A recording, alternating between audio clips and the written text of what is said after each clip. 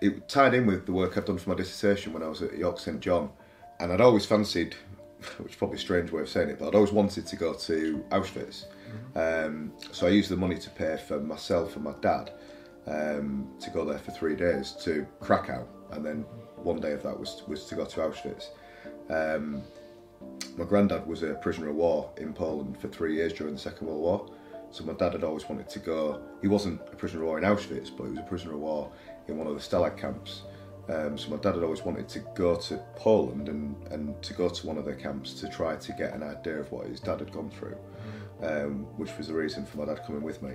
When we were there, he had letters that my granddad had written while he was in the camp, and we sat and read them together, which was quite emotional thing to do, you know, and to try and we did that in the hotel.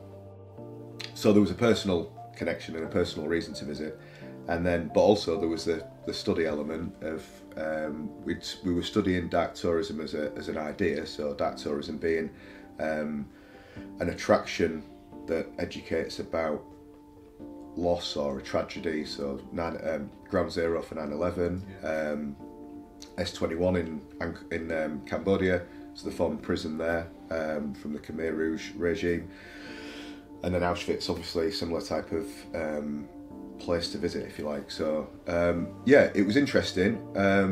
It was obviously quite an emotional place to go. It was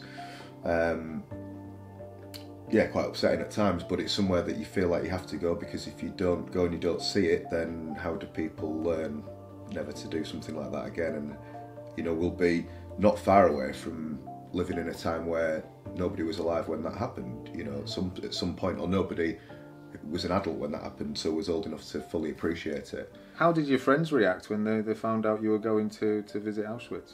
Just to go to somewhere for a couple of days, simply to go somewhere like that, probably does seem a little odd to people, whereas if you mention that you've been somewhere for a month and you happen to go to a dark tourist destination, it doesn't look as odd to them, because it's not the reason you went there.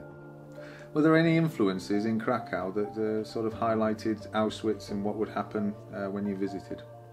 No, it just seems like any other European city, quite a sort of thriving tourism scene there, and then because Auschwitz, I think it's about an hour and a half drive from Krakow, and again I think I said in the blog post, like the bus journey is it's odd.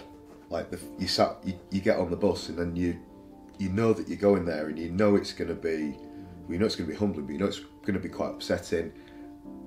Like I don't know, sometimes you get on a bus journey to go somewhere and you're really looking forward to it. You're going to a beach, or you're going to, I don't know, you're going to New York, or you're going to wherever, somewhere that but this was never felt anything like that. Being sat on that bus for that hour and a half with my dad, we didn't really speak.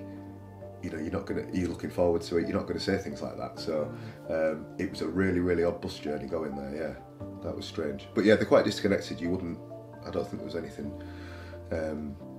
really to sort of link the two, yeah. Have any of your experiences with dark tourism influenced any of your other travels that you've done? So to sort of flip the question, I suppose, having been to some before, that helped prepare me for going to Auschwitz. So I've been to Ground Zero in New York, S21 and the killing fields in Cambodia. Yeah, it helped to prepare me for, well, partially prepare, because you're never going to know exactly how you're going to react. And I'd imagine the best way to approach it is try not to read too much about it before you go, so you're not influenced necessarily by somebody else's reaction. I think it's best to go and see it for yourself, and then you react as naturally, organically as you can to it, to fully appreciate it.